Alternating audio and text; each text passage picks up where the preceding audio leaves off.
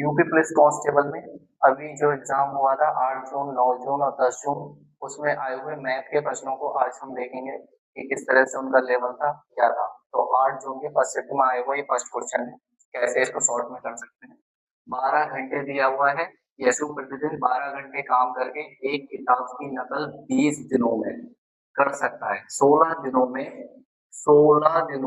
काम पूरा करने के लिए उसे प्रतिदिन कितने घंटे काम करना होगा। इसका एक छोटा सा फॉर्मूला है, D1 H1 equals to D2 H2। D2 आपका डेज है, H आपका आवर है।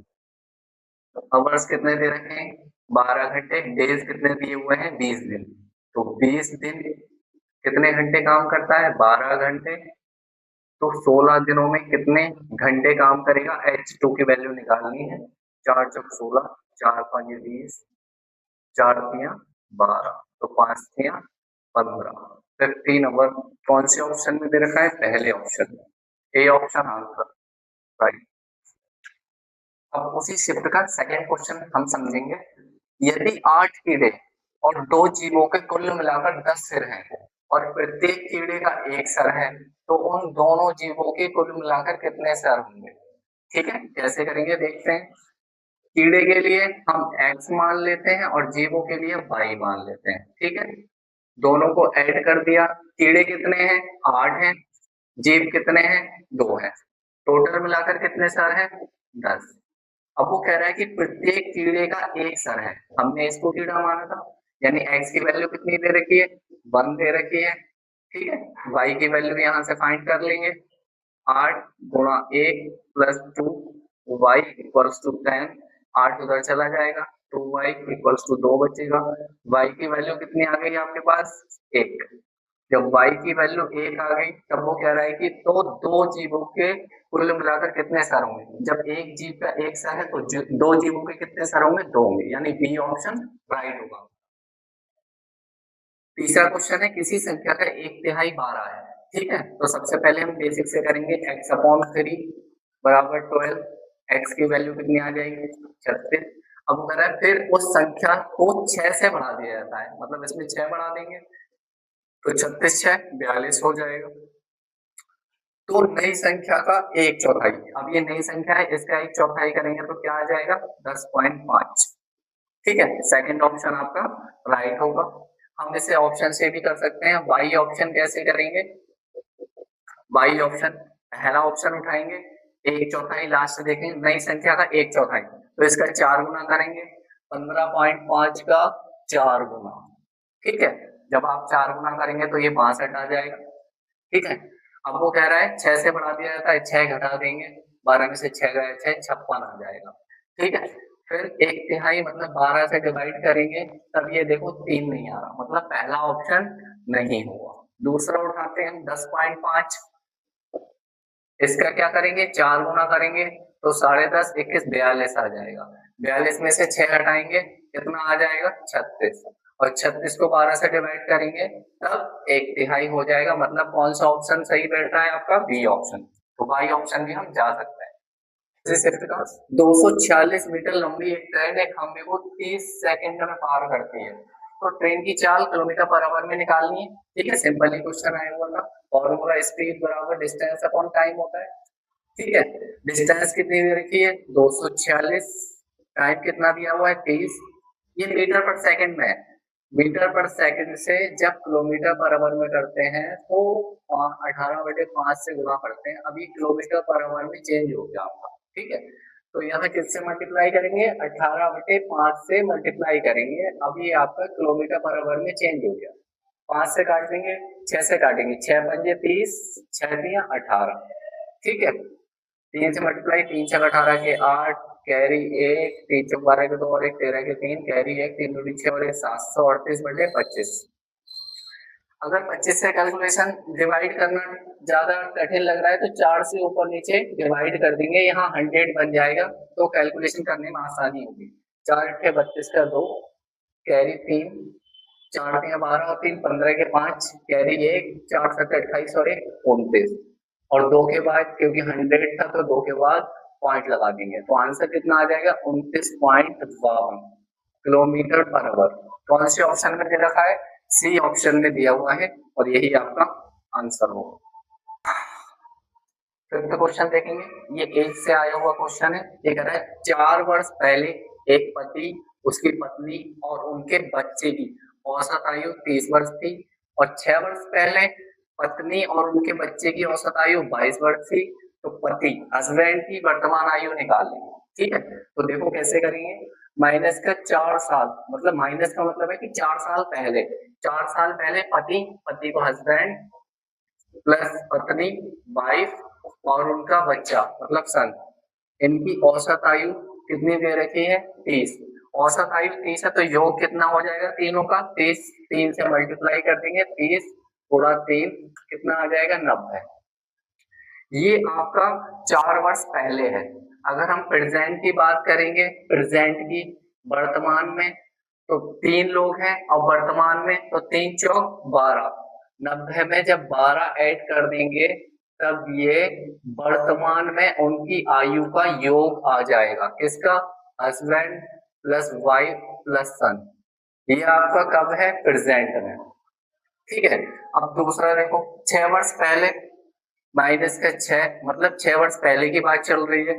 पत्नी और बच्चे मतलब वाइफ और सन की औसत आयु 22, तो योग कितना हो जाएगा? क्योंकि 2 है तो 2 से मल्टीप्लाई 44। ठीक है, अब ये क्या है? 6 वर्ष पहले है। प्रेजेंट में आएंगे तो 6 दूनी 12, जब हम 12 ऐड कर देंगे तब ये प्रेजेंट में आ जाएंगे। प्रेजेंट मतलब वर्तमान, ऐड करेंगे कितना? 4 और 2 6, 56। अब वाइफ और सन, अब देखो हस्बैंड और सन जब दोनों को घटाएंगे तो हस्बैंड और सन कट जाएंगे, वाइफ और सन, सॉरी वाइफ और सन कट जाएंगे, क्या बचेगा? हस्बैंड। तो 102 में से 56 जाएगा, कितना बचेगा आपका? 12 में से 6 गया 6, 10 में से 5 गया, सॉरी 9 में से 5 गया 4, 46 वर्ष। कौन से ऑप्शन में दे रखा है? डी ऑप्शन, 46 साल का होगा। क्वेश्चन 6 देखेंगे। ठीक है, ये सिंपल इंटरेस्ट का आया हुआ सवाल है। ठीक है, अगर किसी ने किया होगा तो बेसिक, बिल्कुल बेसिक सवाल है। कैसे करेंगे? ठीक है, क्या दिया हुआ? 3 वर्ष की अवधि में 11% की वार्षिक दर से 49,000 के मूलधन पर अर्जित साधारण ब्याज की गणना कीजिए। तो मूलधन उसमें कितना दिया हुआ है? 49,000। ठीक है, कोई भी चीज अगर हमें दी हुई है तो वो हम 100% मानते हैं, तो ये किसकी वैल्यू दी हुई है? 100%। क्या निकालना है? उसे ऊपर रखते हैं। क्या निकालना है? सिंपल इंटरेस्ट, साधारण ब्याज निकालना है 3 वर्ष का। तो 11 की मल्टीप्लाई 3 से कर देंगे, 11 3 33, ये 2 से ये 2 0, 490 इंटू 33। या तो आप इसकी मल्टीप्लाई कर लो या इसमें यूनिट डिजिट लगा लो। ठीक है, मल्टीप्लाई तो आप लोग कर लेंगे, मैं यूनिट डिजिट लगाकर दिखा देता हूँ आप लोगों को। पहले इनके यूनिट डिजिट देखेंगे क्या क्या आ रहा है। 5 और 3 8, 9 8 17, क्या आ गया? 8। जब भी 9 आ जाए उसको हटा दो, 5 और 3 8, 7 और 1 8 और 1 9, इसका यूनिट डिजिट 6, 7 और 2 9। ठीक है, यूनिट डिजिट 9, 9 हटा देंगे, इसका यूनिट डिजिट 3। ठीक है, सबके यूनिट डिजिट अलग आ गए। अब हम यहाँ यूनिट डिजिट चेक करेंगे। 9 4 13, इसका आया 4, 9 को हटा ही देंगे, 3 और 3 6, 6 चौक 24, 24 4 और 2 6, यूनिट डिजिट क्या आया इसका? 6, और इसका भी यूनिट डिजिट क्या है? 6। तो दूसरा ऑप्शन आपका राइट होगा। ठीक है, यही ऑप्शन। 7वां क्वेश्चन देखेंगे। ठीक है, ये आपका प्रॉफिट एंड लॉस का क्वेश्चन कह रहा है कि एक दुकानदार ने 15,400 में एक टेलीविजन खरीदा, यानी ये कॉस्ट प्राइस है, और इसे 18,060 में बेच दिया, ये सेलिंग प्राइस है। ठीक है, लाभ व लाभ प्रतिशत की गणना करो, और 4 ऑप्शन इस तरह से दिए थे। ठीक है, कैसे करेंगे? ये तो आपको पता ही था कि प्रॉफिट निकालने के लिए कुछ नहीं करना था, क्या करना था? कॉस्ट प्राइस, सेलिंग प्राइस में से कॉस्ट प्राइस को माइनस करना था, कॉस्ट प्राइस को माइनस करना था। सेलिंग प्राइस कितना दिया हुआ था? 18,060 में से 15,400 को माइनस करना था, 0 6, 10 में से 4 गया 6, 7 में से 5 गया 2, 2,660 रुपए। अब देखिए प्रॉफिट आ गया है। वैसे तो आपको कुछ नहीं करना था। अब देखो चारों ऑप्शन में हमारा प्रॉफिट जो था अलग था, केवल 2660 ये था। हम क्या करते? यही आंसर लगाते, टिक करते और आगे बढ़ जाते, क्योंकि अगर दो ऑप्शन सेम रहते तब हमें प्रॉफिट परसेंटेज निकालना पड़ता, क्योंकि एक ही ऑप्शन में प्रॉफिट दिया हुआ था तो प्रॉफिट परसेंट निकालने की कोई जरूरत नहीं। ठीक है, तो सी ऑप्शन आंसर। आठवां क्वेश्चन देखेंगे। ये आठवां क्वेश्चन जो है वो आपका कंपाउंड इंटरेस्ट से आया हुआ है। ठीक है, क्या कह रहा है, रिया एक बचत खाते में 10,000 रुपए निवेश करती है, यानी क्या मूलधन दिया हुआ है। ठीक है, निवेश करती है जिस पर 8% रेट कितनी दी हुई है, 8% की चक्रवृद्धि ब्याज दर पर। ठीक है, कंपाउंड इंटरेस्ट दर मिलती है, जबकि ब्याज वार्षिक संयोजित होता है। तो 3 वर्ष बाद उसके खाते में कितनी राशि होगी, क्या निकालना है, अमाउंट निकालना है। ठीक है, मिश्र धन निकालना है। तो सबसे पहले सबसे ज्यादा डिफिकल्ट जो होगा बच्चे के लिए 3 वर्ष का 8% के रेट से रेट निकालना।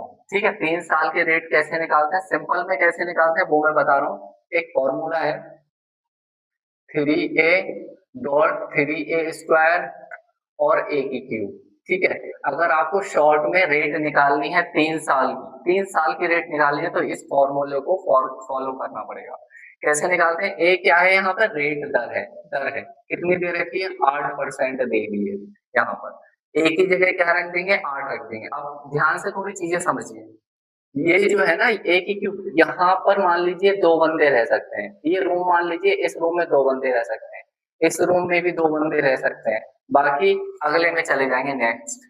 तो कैसे सॉल्व करेंगे, ये देखिए, एक ही जगह आप 8 रखोगे तो 8 का क्यूब, 8 8 64 8 512। पहले लिख लीजिए, सॉल्व बाद में कर लेंगे। 8 64, 64 की 3 से मल्टीप्लाई करोगे, 3 चौक 12 के 2, कैरी 1, 3 6 18 और 1 19, ए रखेंगे 3 8 24। अब सॉल्व कैसे करेंगे वो देखिए, मैंने बताया था यहाँ पर 2 लोग रहेंगे, 2 लोग 1 और 2, 5 इधर फॉरवर्ड हो जाएगा, कितना हो जाएगा 197, 97 का 97 रहेगा, 2 रह सकते हैं, 1 इधर फॉरवर्ड हो जाएगा, 24 और 1 25। और देखिए क्या पॉइंट लगा हुआ था 2 के बाद, तो 2 के बाद पॉइंट लगा दीजिए। ये 3 साल का 8% से रेट ऑफ इंटरेस्ट निकल के आ गया। अब देखिए पूछा हमसे क्या है, अमाउंट पूछा है, उसके बाद खाते में कितनी राशि होगी, अमाउंट पूछा है। तो पहले दिया क्या है, 10,000, 10,000 किसकी वैल्यू है, 100 की। ठीक है, और पूछा क्या है हमसे, रेट ऑफ अमाउंट पूछा है। तो हम जानते हैं अमाउंट क्या होता है, अमाउंट होता है 100 plus rate of interest. Rate of interest कितना निकल के आया, 25.9712। जब ऐड करोगे तो 125.9712 यहाँ पे रख दो, 125.9712। ठीक है, लाइन खींच दी मैंने। ये पॉइंट, ये 2 जीरो से 2 जीरो, ये पॉइंट तो उधर खिसक जाएगा, 100 से मल्टीप्लाई करोगे तो 12597 के बाद पॉइंट लग जाएगा 12, और यही आपका आंसर है।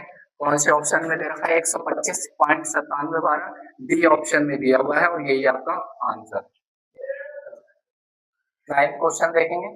इसमें m की वैल्यू पूछी गई है सिंपल, तो सिंपली सॉल्व कर देंगे। क्या करेंगे आप, सबसे पहले 6 एलसीएम ले लेंगे, 6 बनाने के लिए 3 से ऊपर नीचे मल्टीप्लाई कर देंगे, 6 बन गया, 5 और 3 8 हो गया, m 2/3 को उधर ले जाएंगे, ये प्लस का हो जाएगा, काट लीजिए, 2 चौक 8, 2 3 6, 3 एलसीएम ले लिया, 4 और 2 6, 3 से काटेंगे 2, तो m की वैल्यू फाइनली क्या आ गई आपके पास, 2।